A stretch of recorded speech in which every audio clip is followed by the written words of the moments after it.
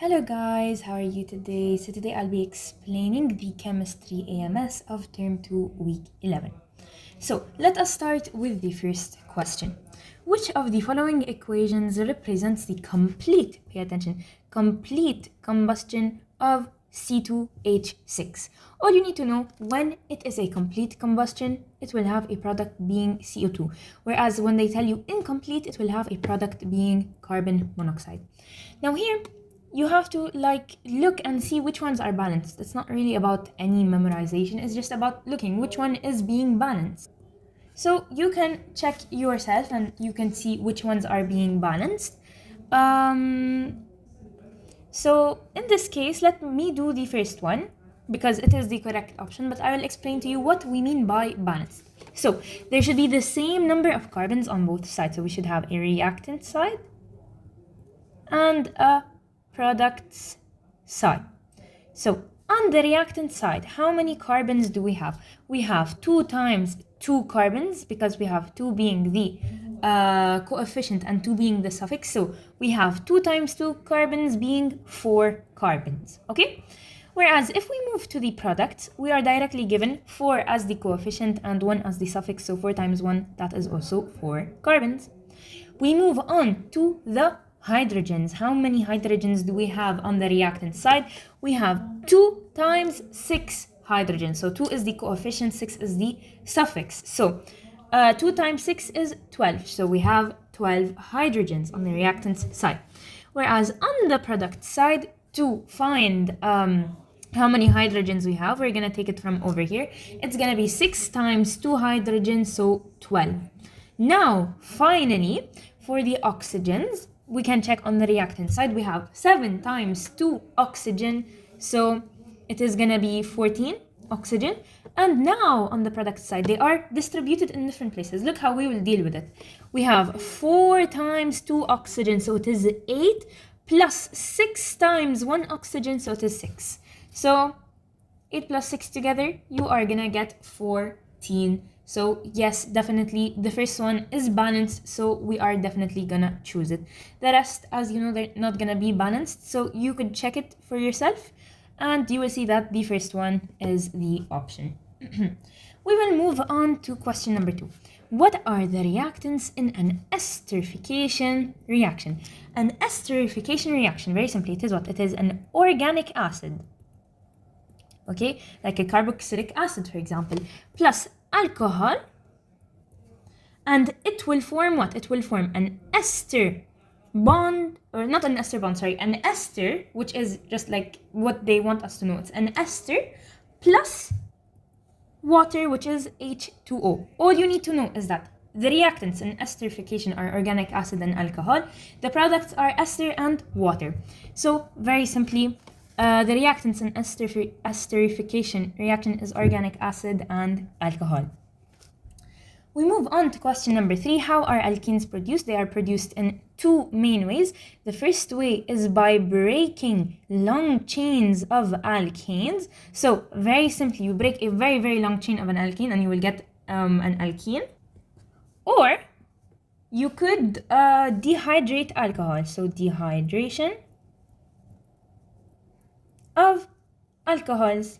That means you are not dehydrating it as in like you're evaporating it. No, dehydrating it means you're removing the water from it. So if you remove the water from the alcohols, you will get an alkene. Okay, so all you need to know from over here is that alkanes, to form them, you can either break long chains of alkenes. To form the alkenes, you can either break long chains of alkenes or you can remove the water from alcohols, which is dehydration. So very simply, by cracking of long chains of alkenes and the dehydration of alcohols. Now, we move on to question number 4. Which is the molecular formula of alkanes? Here you have to memorize. It is CnH2n plus 2. So you're supposed to choose this one. And if they want the molecular formula of an alkane having 2 carbons, that's going to be C2H2 times 2 plus 2. So it's going to be C2H6. So very simply, it's this one. And here it is C2H6. Now we move on to question number 5. In question number 5, they said, which of the following is the general molecular formula of alkenes? You should know that the general molecular formula of alkenes, it is CnH2n. So you're gonna choose this one. And the molecular formula for an alkene having 2 carbons, it's gonna be C2H2 times 2. So it's gonna be C2H4, very simply. So C2H4. Now we move on to question number 6. This is a very important question. Okay, I will just summarize what they are saying over here in a few words, and then we will choose the options together. When you join monomers together, or when monomers join, they will produce something called a polymer. And the process of joining monomers, this is called polymerization. Okay, now, how could you polymerize, or how could you make the monomers join? You have 2 different ways. You could either break double bonds. Okay, I don't know if you can see it, but this is bonds. Or you could, very simply, eliminate small molecules. So, you join monomers together, you form a polymer. The process of joining monomers together is polymerization. You can do it in 2 ways, either by breaking double bonds or by eliminating small molecules. So, a polymer is a substance made up of macromolecules. When you see macromolecules, it is a polymer. It is formed when molecules called monomers, being the singular form, join. Again, polymer is formed by the joining of monomers. Polymerization is the process of linking relatively small and simple molecules, again, as we said, called monomers. And when you link or join these monomers together, you are going to form something which is a large macromolecule called a polymer. Now, polymerization occurs when molecules bond together. You can either break a double bond, or you could eliminate small molecules. So just a quick example I want to give you. If we have C double bond C H4, okay, this over here is a monomer, and you will denote it like this. So this is C2H4, okay, it is an alkene. So when you are drawing it, it's gonna be C double bonded to C, and you have 4 H's, okay, and we don't know how many number of C2H4 we have, so we're gonna put the N here. This is how it is originally, all right? But then when it undergoes polymerization, what's gonna happen is that this double bond is gonna break, and when it breaks, it's gonna go like this and like this. So now it looks like C, single bond C, and what happens to this double bond? One will come over here, another will come over here. So now you have bond here, and then you still have the H's. Don't forget about them, they're very important. And now this is our polymer, but the only difference is that the N, we will put it over here. So this is our monomer, and this is our polymer. All right, we move on to question number 7. They said the process of linking relatively small and simple molecules to form a larger macromolecule, it is called polymerization. Please remember how to spell it, polymerization. Okay? We move on to question number 8. Match each of the following to its appropriate type. What you need to know, that the natural polymers, they are very simply starch, proteins, cellulose, and DNA. These are the natural polymers that we need to know: starch, protein, cellulose, and DNA. And everything else that is not these 4, they are synthetic, okay? So natural polymers, they are proteins and starch in this case, and then everything else, they are gonna be synthetic. Also, additional information, wool is also a natural polymer. So anything that comes to your mind as natural, being protein, starch, wool, DNA, cellulose, this is natural. Whereas synthetic has these hard, complex names, being polyethylene, polystyrene, polyvinyl chloride, whatever that this is, okay? So this is it for this question. We move on to question number 9. Here, this is a very logical question. Disadvantages are going to be something bad, advantages are going to be something good. So, being not biodegradable means it cannot break down in the environment. Okay, so Since polymers are not biodegradable, that means they are a disadvantage. They could lead to pollution. Now, production of polymers contributes to a rapid drop of natural resources. Do we need a rapid drop in natural resources? No. So directly, it's a disadvantage. Advantages, it can be customized. That's good. And it's easy and inexpensive. This is also very good. So now we move on to question number 10. Choose the correct answer to complete the sentence below. What you need to know is that an alcohol is neither an acid nor a base. Okay? So because it's neither an acid nor a base, it will have no effect on the wet litmus paper. Okay? So very simply, what you need to know is that an alcohol has no effect on a wet litmus paper. We move on to question number 11. The following diagram shows the fractionating tower used to separate petroleum into fractions. What you need to know about fractionating tower. Whenever you see a fractionating tower, you should know that the product, or whatever it is, the reactant, it's being separated by the difference in boiling point. So if you have a big mixture that you cannot separate easily by any other, like simple distillation, for example, you will use fractionating distillation or fractional distillation, because even though they have close boiling points, for example, let's say alcohol and water, you mix them together. Alcohol has a boiling point of 78 degrees, water has a boiling point of 100 degrees. So you're gonna increase the temperature to 78 degrees, or let's say 80 degrees. What will happen to the alcohol? It will evaporate because it is volatile, it will evaporate quickly. Okay? Whereas the water will not evaporate because it did not reach its boiling point. Very simply, this is how it works. And then they have over here some cooling system that will take out the liquid form. So fraction A here, fraction B here, fraction C, and whatever, you know? So choose the property used to separate petroleum into fractions. As we said, it is their boiling point, or the differences in boiling point. Now, the most volatile fraction, meaning the thing that will evaporate first, or the thing that has the lowest boiling point, it will usually be at the top. So in this case, it's gonna be fraction A. Alright, now drag and drop the following to arrange fractions in decreasing order of boiling points. What you need to know is that the higher it is, that means it has a lower boiling point. So that means A has a lower boiling point than B has a lower, when B has a lower boiling point than C. So if we are to arrange it over here, it's gonna be C has a greater boiling point than B, which has a greater boiling point than A. Okay? Now we move on to part D. Choose the identity of each fraction.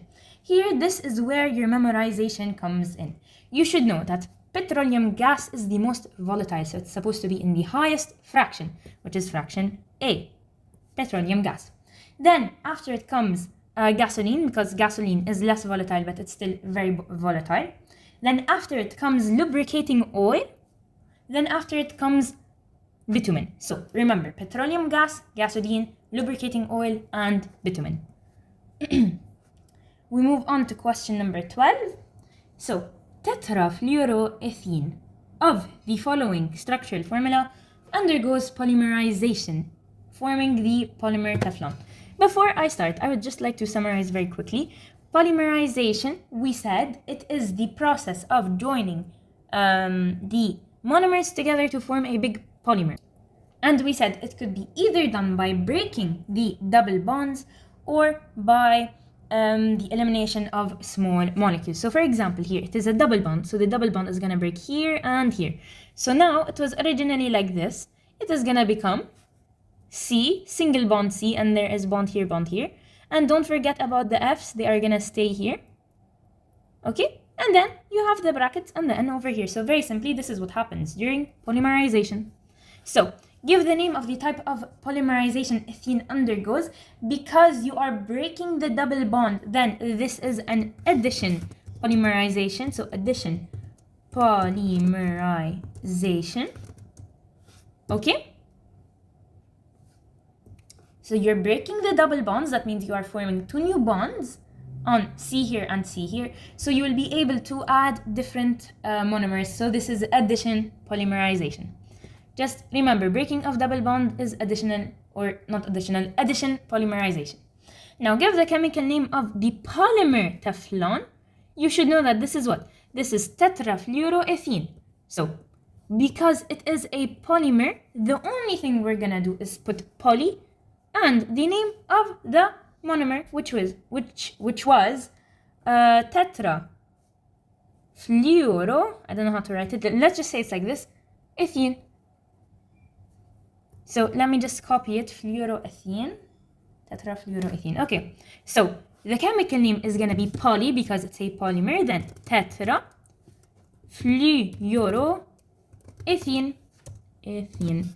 Fluoro, did I write it correctly? Yeah, there you go. Now, if n molecules of tetrafluoroethene are polymerized, okay, the correct representation of the repeating unit, we did it above, I will repeat it again. So it's C double bond C, F, F, F, and F, okay? So what's gonna happen is that the double bond is gonna break, and this was originally like this. So then you're gonna bring it like this. It's gonna be C, single bond C, bond, bond, okay? You have your brackets, and you have F, F, F, F, and then you have the N over here. So it's very simply this one. We move on to question number 13. Here again, you should memorize which has the lowest boiling point and which has the highest boiling point, and in order. You should know petroleum gas goes to A because it has the lowest boiling point. Then, correspondingly, petrol because it has a low boiling point. Then, kerosene. Then, diesel oil. Then, lubricating oils, and then bitumen. Okay, so bitumen has the highest boiling point. That's why it will be found at the last fractionating part or fractionating column.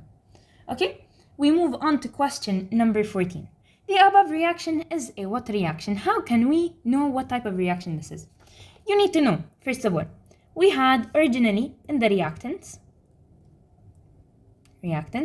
we had 2 carbons, 6 hydrogens, so 5 plus 1, 6, and 1 oxygen. Whereas in the products, we had 2 carbons, so again, carbon stays 2. But we had how many hydrogen? We had 3 plus 1, this is 4, and then 4 plus 2, this is 6. So we also had 6 hydrogen, but now here comes the oxygen. How many oxygen did we have? We had 1, 2, 3. 3 oxygen. So you added how many oxygen? You added 2 oxygens, or in other terms, you added O2 gas. So when you're adding O2 gas, this is called oxidization. Another trick I found over here, O, I was like, it's O, oxygen, so it's oxidization. So very simply, it's an oxidization reaction. We move on to question number 15. Remember, whenever you see carboxylic acid, you should remember its formula to be CnH2n plus 1, and do not forget about the COOH. So carboxylic acid has COOH in it. Do not forget. So this one. Whenever you see carboxylic acid, it is COOH. We move on to question number 16. They said ethanoic acid is produced by the, very simply, ethanoic acid. It is an acid. You should know that to produce an acid, okay, very simply what we need to do is we need to take alcohol, okay, and we need to add to this alcohol oxygen. So we need to oxidize alcohol. So if it's ethanoic acid, then its alcohol is going to be what? Listen how I memorize it. Alcohol, it will end with OL. So ethanoic acid, you take ethane, you will have etha, and you will add the OL. So the alcohol of ethanoic acid is ethanol. So very simply, it is by the oxidation of ethanol. And by the way, you guys are supposed to remember the prefixes. I will just write them over here. Prefixes. We have meth, eth, prop, but, pent, hex, hept, and then I will write here oct, non, and dec. These are what you are supposed to remember. Meth is 1, eth is 2, prop is 3, but is 4, pent is 5, hex is 6, hept is 7, oct is 8, non is 9, and dec is 10. Okay, just memorize them and everything will become easier. The general formula of alkanes, this you are supposed to know that the general formula of alkanes, it is CnH2n plus 2, and question number 18, general formula of alkenes, it is CnH2n. Then we move on to question number 19. Here, what you need to memorize? You need to memorize that ethene will react with bromine to produce, or not, to decolorize it, or it will break down the bromine. So, Br2, it is what? It is, my bad, it is reddish brown. But if you add to it an ethene, which is, for example, C2H4, so because the ethene undergoes addition, okay, so very simply, we are going to be adding the ethene to the bromine. So instead of Br2, it's going to be C2H4 plus Br2. So it will be CH2Br bond CH2Br, or another way of writing it is C2H4Br2. You can write it like this. But all you need to know is that it will react with the bromine so that it will decolorize it. So very simply, ethene. So here it will be CH2Br, CH2Br. And this over here is what? It's an alkane. So alkanes will do substitution. And substitution doesn't really change the color of bromine. So it is an ethane. So you're just going to put no reaction. We move on to question number 20. Choose the correct answers to complete the following.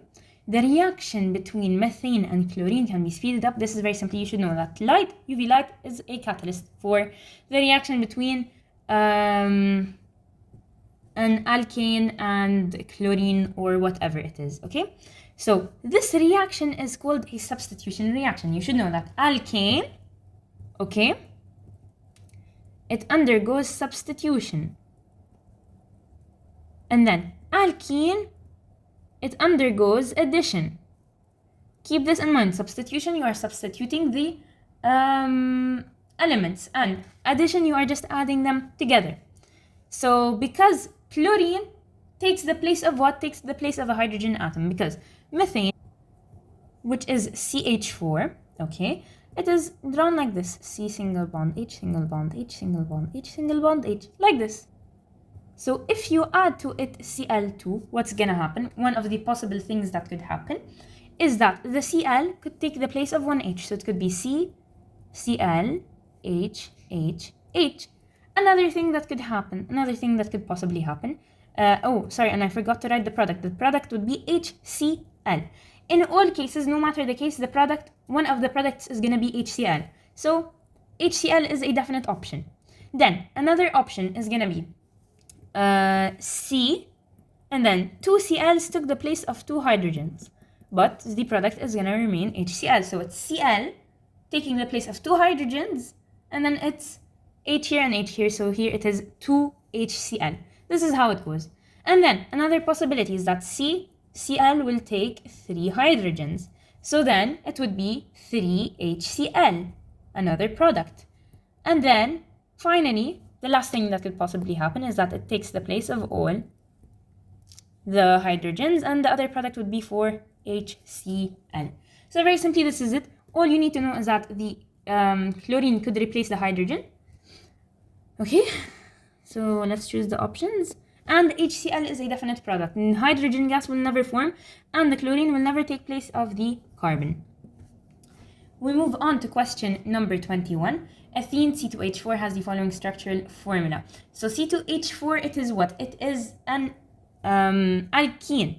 And alkenes, they undergo addition. So if it reacts with hydrogen gas, it is gonna undergo addition. So it's gonna be, if it was C2H4, you add to it hydrogen gas, it will undergo addition. So it's C2H6, okay?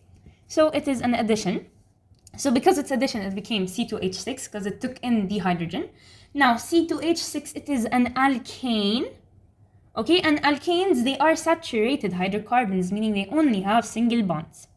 Now, choose the reagent that converts ethene into ethanol. Here, very simply, what you need to know is that steam, which is water at a very high temperature, will convert ethene into ethanol, which is an alcohol.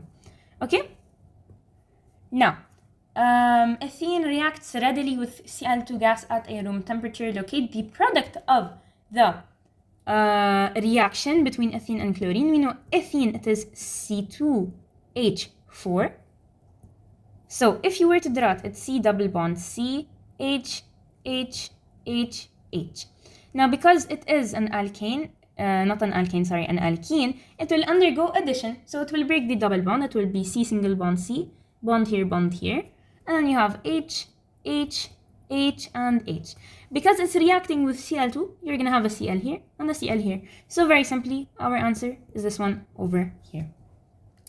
We move on to question number 22. They need unsaturated hydrocarbons. Unsaturated, they don't have a single bond. Yani, they do have single bonds, but they also don't have. I don't know how to explain it to you. I will just explain to you that saturated without the un, it's only single bonds. So the unsaturated, it's gonna have single bonds and double bonds and triple bonds and as many bonds as you want. So this one, we don't take it because it has only single bonds. This we take it. This we don't take it because it has only single bonds, and this one we take it. We move on to question number 23. Which of the following is the general molecular formula for alkanols? Alcohols. What you need to remember about alkanols or alcohols, that their general molecular formula, it is CnH2n plus 1, and there is an OH next to it. So very simply, CnH2n plus 1 and OH. Now, alkanols, very simply, they look like this. They don't look like this because this doesn't have OH. This also doesn't have OH, so you're not gonna take it. This does have OH, but this is an ester bond, if you can see, if you remember from taking in the chemistry. It has an ester bond, and we do not need an ester bond. So very simply, we will not take this because it has an ester bond, and very simply, we will take this, so because it is an alcohol, which is an alkanol. Now, we move on to question number 24. In question number 24, they said sucrose C12H22O11 reacts with water under certain conditions to produce an alcohol. Okay? So the name of this process that converts sucrose into alcohol, you should know that it will convert sucrose or glucose or any sugar into alcohol and carbon dioxide by the process of alcoholic fermentation, which is produced by yeasts. Very simply, this is all you need to know. So the name of the process that converts sucrose into alcohol is called fermentation. Okay? Then the biological catalyst that's used in this reaction, it is yeast. Alright? Now, which of the following are the products of this described reaction?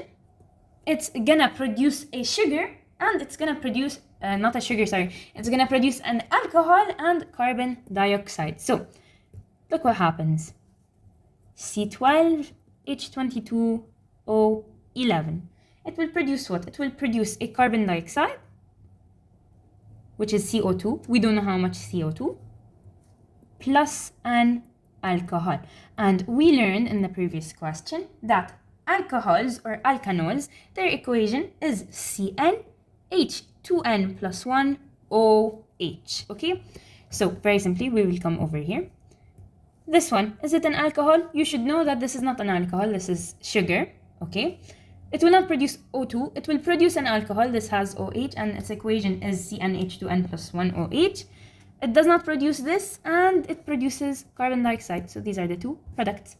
Now, choose the method to extract concentrated alcohol from a reaction mixture. Whenever you see alcohol mixture reaction, you are going to be using fractional distillation.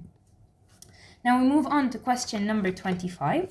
So two separate samples of ethanol C2H5OH are warmed in an acidified solution of potassium permanganate KMnO4 and in an acidified solution of potassium dichromate K2Cr2O7 respectively.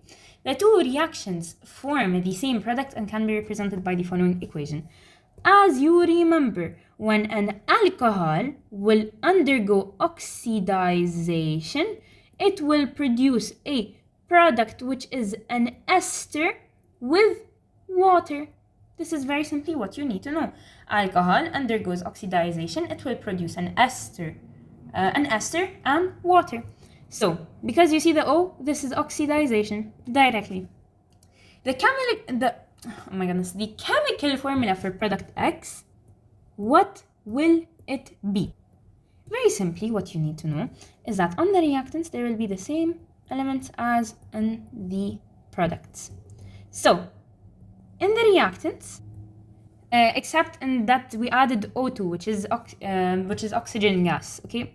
So, in the reactants, we have 2 carbons, we have 6 hydrogens, and we have 1 oxygen plus the addition of 2 more. So this is 3 oxygens because it undergoes oxidization.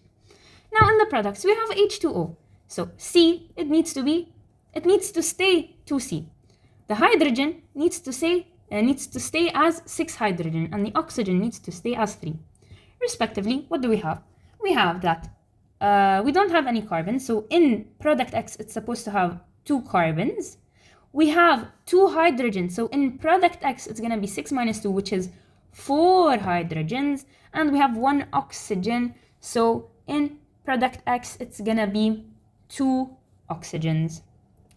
So you're going to open the options, and you're going to say, okay, which one has 2 carbons, 4 hydrogens, and 2 oxygens? It is very simply this over here. Now, choose the correct answer to complete the following. This you have to memorize. Acidified solution of potassium permanganate to ethanol, it will change from a purple color to colorless. And acidified solution to potassium dichromate to ethanol, okay, it's gonna produce from. We move on to question number 26. Select the structural isomers for pentane. Very simply, all you need to know about pentane, and not pentane in general, isomers in general, is that when you are moving the bonds around, you can never put them on the terminals. That means, let's look at the options. This is our terminal, and this is our terminal. This over here is our terminal, this is our terminal. This is our terminal, this is our terminal, this is our terminal, and this is our terminal. So, the first and last carbons being our terminals, we cannot put on them any of the bonds. They cannot be touched with bonds. So whatever you choose as a structural isomer for pentane, it's going to be this, first of all. Why? Because there are no bonds on the terminals. It's not going to be this, it's not going to be this, and it's going to be this. We chose these two because there is no bonds on the terminal carbons. Now we move on to the last question, which is question number 27. Propanoic acid C2H5COOH reacts with ethanol C2H5OH according to the below equation. So, choose the name of the forward reaction. What you need to know, look what's happening. We have an acid, an organic acid, reacting with an alcohol to produce an ester and water. So, organic acid with an alcohol to produce an ester plus water. Keep this in mind. So, this reaction, the forward reaction, it is called esterification. So, esterification. And if they asked us for the reverse of this reaction, so I'm just going to do the reverse sign. I don't know how to draw it. Just like the reverse. It is called hydrolysis. Why? Because in the forward reaction, which is organic acid plus alcohol, you are forming ester, orange to green. In the backward reaction, you're adding water to ester, so this is hydrolysis. Very simply, this is all it means. So, we have over here esterification and hydrolysis. Now give the name of product A. Very simply, to find the product A, to find the ester. It's a very nice way how to do it. So you're gonna take the number of carbons in the alcohol. So I'm gonna write this number of carbons in alcohol. And then after it, you are gonna put Ly. And then you're gonna do a space, the number of carbons in organic acid. And then you are gonna put on it, not on it, you're gonna put after it, weight. So for example, If you memorize the prefixes, which you should memorize, you should know that the number of carbons in our alcohol, it is eth. You can just take it from the source. So ethanol, it's eth, meaning it has 2 carbons. So 1, 2 carbons. So it's gonna be eth, and then, sorry, it's not, oh my goodness, it's YL, not LY. So it's ethyl, ethyl. Okay, so you take the number of carbons in the alcohol. So we have 2 carbons, it's gonna be eth, with YL, so ethyl, and then space, the number of carbons in the acid, we have 1, 2, 3, so it's prop, so being 3 carbons, prop, and then you put after it propanoate, so ethyl propanoate. Okay, so remember, to name the ester bond, it is very simply the number of carbons in alcohol. I wrote alcohol, not wrong, alcohol. And then after it, you put YL, and then space, the number of carbons in the acid, and then after it, you put anoate. So in this case, it was ethyl propanoate. So ethyl propanoate. Now, so locate the structure of product A.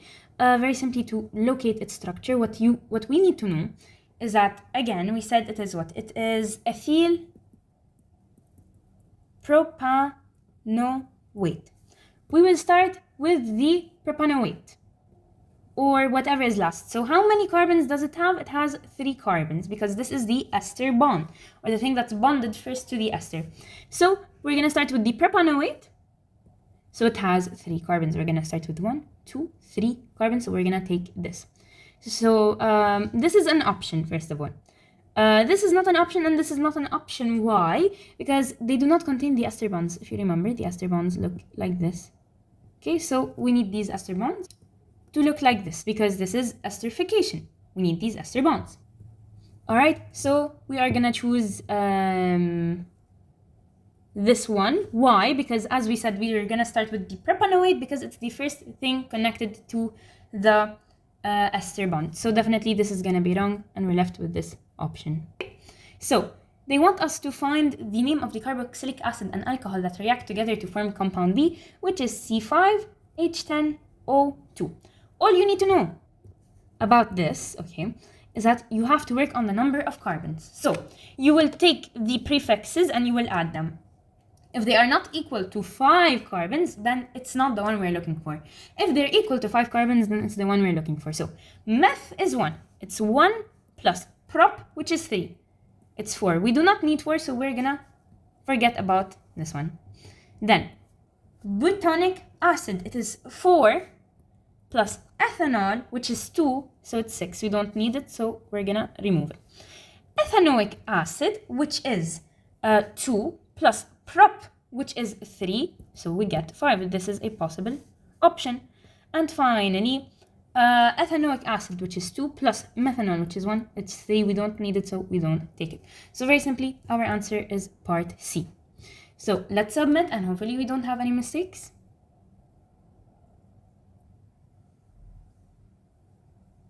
Thank God there are no mistakes. Thank you guys for watching. I hope you enjoyed and have a wonderful day.